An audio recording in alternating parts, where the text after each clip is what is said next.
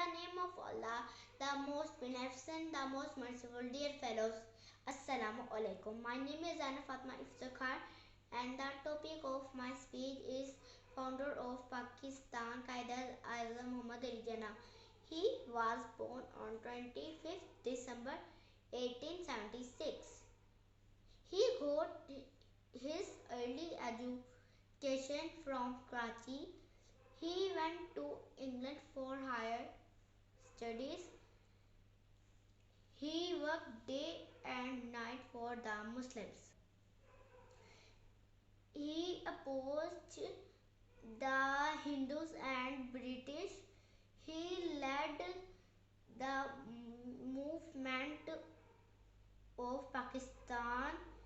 He was very able and competent. No one could stop Quaid-e-Azam from his resolution. He formed Pakistan on 14 August 1947. He won freedom for us. He died on 1948. May his soul rest in peace. Allah Hafiz. Thanks.